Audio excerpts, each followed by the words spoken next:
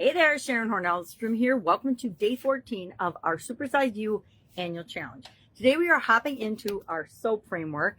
Got my little bars of soap handy. It's a process and a framework I started using during the pandemic in 2020. I needed a way to get up and go and keep moving forward. And so I sat down one day and I said, okay, what do I do when things change massively and drastically, literally overnight, and I want to keep moving forward? And I went through and realized, well, this is my 4-step process for dealing with any challenge or change. I've already had the process. I was already using it. I just never formalized it. And by formalizing it, it became my most powerful tool from that moment on. Why? Because I use it automatically now. I've used it thousands and thousands, probably tens of thousands of times already in my life. And that means it got installed in my subconscious. And by doing that, by having it just be a tool that comes up automatically for me and filters the things that I'm facing in life, I face a lot fewer challenges because many of them get handled automatically. Just like our subconscious is capable of keeping our bodies going, blinking our eyes, helping us breathe without us having to consciously remember it, we can install habits and processes and systems that our brain and our body will automatically process and use in that way too. And the soap framework is one of those processes I've done this with. I've done it literally with a lot of them, but especially with respect to my health and reminders and things like that. You know, everybody sets reminders on their phone. Guess what? You can just program your subconscious to remind you things automatically. If you've ever heard of the experiment where they found that you can actually tell yourself what time you're going to wake up every morning without using an alarm clock.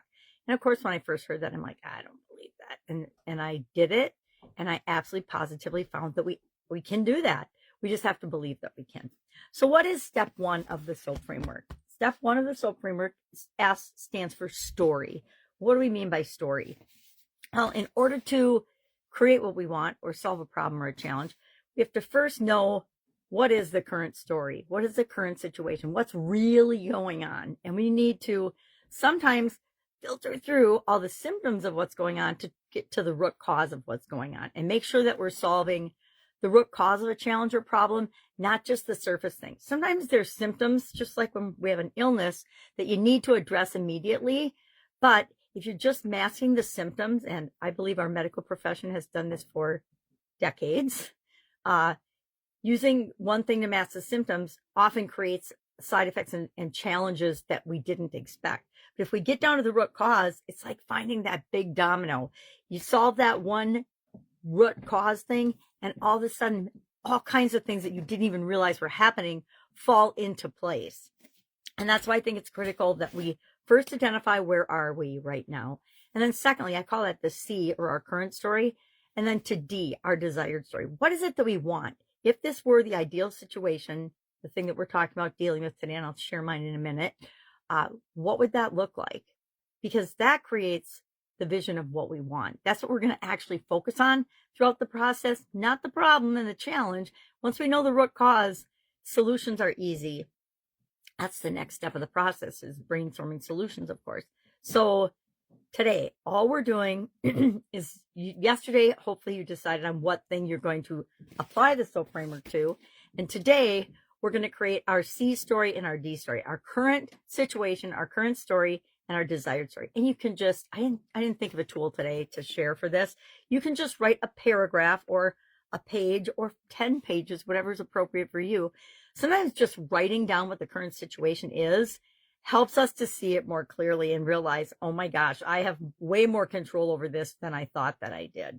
So write down the current story, write down the desired story, and then put done in the comments below. If you want to share something about the experience of identifying those two stories, that would be awesome, but not mandatory, right? I say we take every tool we ever are exposed to, we test it out, we tweak it, we make it our own. And if it's something that we can use, we use it. If it's something that we might use later, we tuck it away in our subconscious and we use it when we need it. That's how I started out with this, was I just would use it when I needed it on a conscious level. And pretty soon it just became a habit. And now it's ingrained in my being, I think. Any questions about this? All you have to do is ask. Otherwise, go out, make an amazing day. And I'll, of course, be with you tomorrow with the O in our SOAP framework.